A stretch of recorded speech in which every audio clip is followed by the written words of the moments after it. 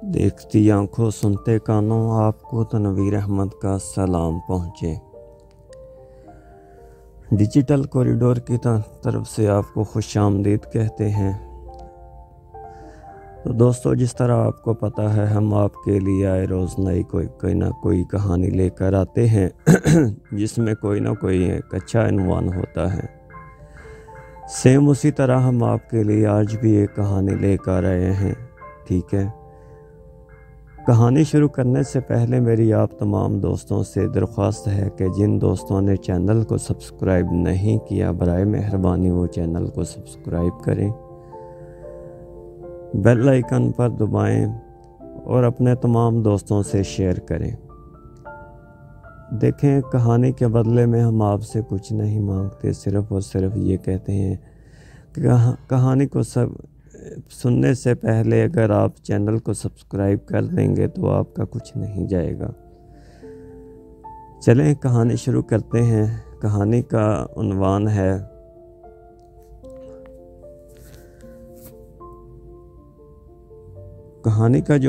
ہے وہ ہے دو بیل اور شیر کی کہانی ہے، ٹھیک ہے۔ اور شروع کرتے ہیں۔ کسی جنگل میں دو بیل رہتے تھے، ایک لال اور ایک سفید، جن کی آپس میں گہری دوستی تھی۔ ایک ساتھ گھومنا پھرنا اور چرنے کے لیے بھی ایک ساتھ آنا جانا۔ ان کی اس مثالی دوستی کی وجہ سے اس جنگل کا شیر ان پر ہاتھ نہیں ڈال سکتا تھا۔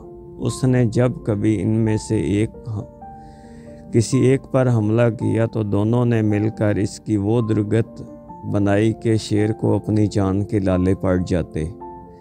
شیر نے ایک چال چلی لال بیل سے چکنی چیڑی باتیں کر کے اور روشن مستقبل کے سپنے دکھا کر اپنے ساتھ ملا لیا۔ لال بیل اس کی باتوں میں آ گیا کہ بیل کی دوستی کے مقابلے میں شیر کی دوستی زیادہ محفوظ نظر آ رہی تھی۔ لال بیل جب شیر سے مل گیا اور سفید بیل اکیلا رہ گیا تو چند دنوں کے بعد شیر نے اس کے شکار کا پروگرام بنایا اور اس پر حملہ کر دیا۔ پہلے تو دونوں مل کر شیر کو بھگا دیا کرتے تھے، مگر اب اکیلا بیل کے لیے شیر کا مقابلہ کرنا بہت مشکل ہو گیا ہے۔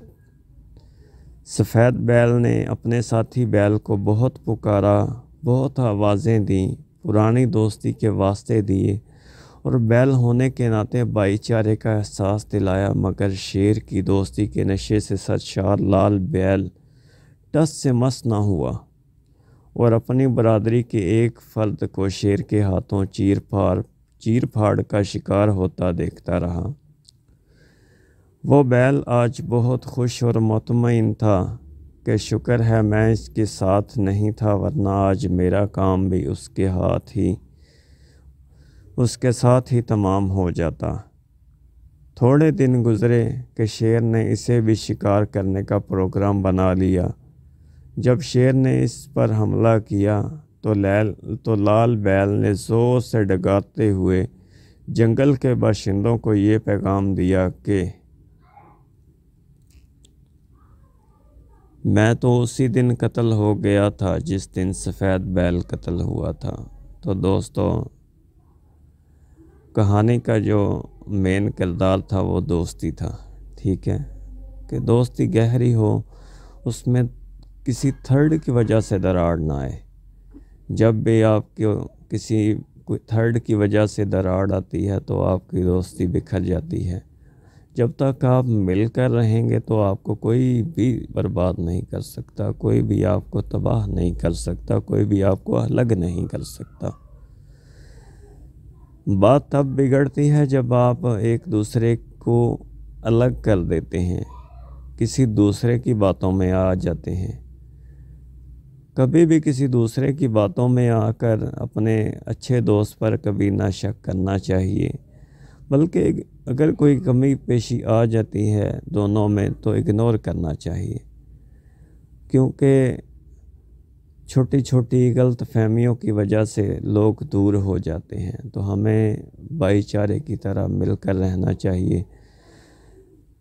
اگر ہم الگ الگ ہوں گے تو اس شیر کی طرح مارے جائیں گے، یعنی کہ اس شیر کی طرح جس طرح کہ بیل نے دونوں کو الگ کر کر کے مارا اور کھا لیا۔ اگر اکٹھے رہتے تو کبھی بھی ایسا نہ ہوتا، نہ پہلے کبھی ہوا تھا۔ اسی طرح اگر آپ دوست اکٹھے ہوں گے تو آپ کو کوئی بھی نقصان نہیں پہنچا سکے گا، چاہے کوئی وہ آپ کا دشمن ہی کیوں نہ ہو۔ تو دوستوں، کہانی میں آپ کو دوستی کی مثال بتائی گئی ہے، لہٰذا دوستی پر کبھی شک بھی نہ کریں۔ اسی کے ساتھ اب اپنے دوست تنویر احمد کو اجازت دیجیے، اور جاتے جاتے آپ سے پھر وہی درخواست کروں گا کہ برائے مہربانی ہمارے چینل ڈیجیٹل کوریڈور کو سبسکرائب کریں اور بیل آئیکن پر دبائیں، اور ہو سکتا ہے تو اپنے دوستوں کو شیئر کریں تاکہ وہ بھی یہ کہانیوں کو سنیں اور کہانیوں کا سلسلہ جاری رہے۔ آپ کے لائک اور شیئر کرنے کی وجہ سے، سبسکرائب کرنے کی وجہ سے ہمیں جو حوصلہ ملتا ہے، اس سے دل کرتا ہے کہ ہم اور کہانیاں پڑھ کر آپ کے لیے لائیں۔